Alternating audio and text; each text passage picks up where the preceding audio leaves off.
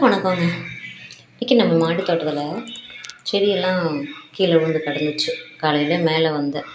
தண்ணி ஊற்றினாலும் ஊற்றாட்டியும் மாடிக்கு காலையில் வந்துடலாம். இங்கே பாருங்கள், நேற்று நைட்டு வந்து நல்ல காற்று அடிச்சுங்க. ஆனால் இந்த தொட்டியில் கீழே விழுந்துருக்கு. ஆனால் தொட்டிக்கு அடியில் பாருங்களேன், இன்றைக்கி தாங்க நான் பார்க்குறேன். ஆனால் அந்த செடி பாவம் தானே, ஏன்னா இவ்வளோ வேர், அதாவது இங்கே பாருங்கள், அதோட தண்டு வேர் வந்துட்டு பெரிய பெரிய தண்டு அளவுக்கு நல்லா முத்தி போயிருச்சுங்க. பாவம் இல்லை, தொட்டிலேயே வளர்றதால அது ரொம்ப கஷ்டப்படுது போல். ட்ரை பண்ணணும், கனவு தோட்டிலேயாச்சும் கொண்டு போய் வைக்கலாம் இல்லைங்களா.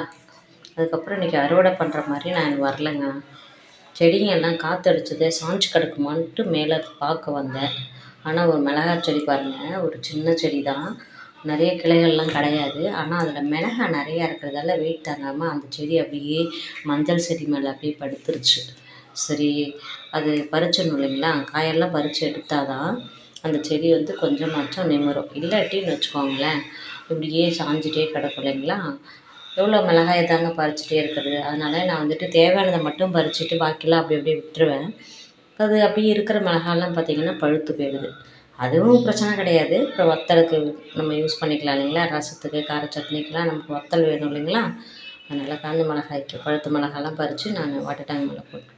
இங்கே பாருங்கள், ஒரு சூப்பரான செடி ஒன்று இருக்குது. எனக்கு இந்த செடி சாப்பிட்றதாங்க ரொம்ப பிடிக்கும். அப்படியே புளிப்பும் ஸ்வீட்டும் செம்ம டேஸ்ட்டாக இருக்கும். அதனால் சரி, அதை பறிச்சிடலாம்ல. இங்கே பாருங்கள், இங்கே ஒன்று இருக்குது பாருங்கள். என்ன ஒரு பிரச்சனைனா, இந்த செடி பழத்தை பறிக்கும்போது அப்படியே கொத்து கொத்தாக வந்துடுங்க. அப்புறம் பார்த்திங்கன்னா இந்த செடியில் பாருங்களேன், இது ஒரு சின்ன செடி தாங்க, அதுவும் அப்படி தான் மிளகாய் காய்ச்சிருக்கு, நிறைய காய்ச்சிருக்கு. சரி, அதையும் பறிச்சிடணும்ல, அப்புறம் விட்டுட்டா வேஸ்ட்டாக போயிடும். அதனால் அதை பறிச்சுட்டா கொஞ்சம் வத்தலுக்காச்சும் காய போட்டுடலான்னு சொல்லிட்டு அதில் இருந்து கொஞ்சம் மிளகாயை பறிச்சிட்டோங்க. இன்றைக்கி நான் அறுவடை பண்ணது இவ்வளோ தாங்க.